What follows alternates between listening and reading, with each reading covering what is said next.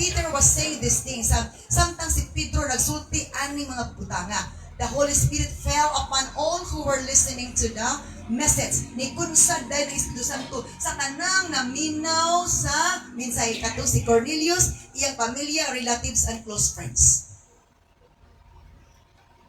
The bread of life was spread by Peter in that house of Cornelius. Sada ni nga bread, kaya nga naman, di na ka magpropliti. Asa ni mo lutuon. Kinsa nga open mong gamiton.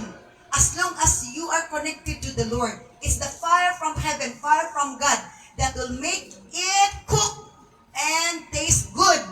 Ug ang tanang makatilaw sa lami, ug ilan ang pangitaon. Amen, di ba? Kasagaran sa mga bakery nga, deserve og init nga bread, sila ginapilahan. So yan na.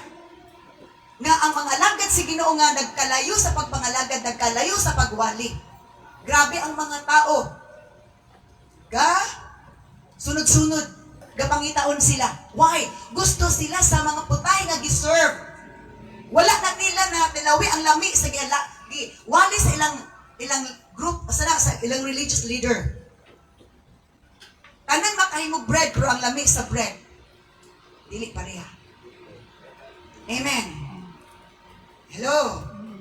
Diba? Lahi ang lami sa bread nga init pa. Lahi ang lami sa bread na bugnaw na. Labi, naging pila ka adlaw na bugnaw. Wala. Gunit ni mo. Makuha na mo, pusgay na. Diba? Kaya lahi na ang yung texture. So sa to, samtang si Pedro nagpadayon pagwali, the Holy Spirit fell upon all who were listening to the message.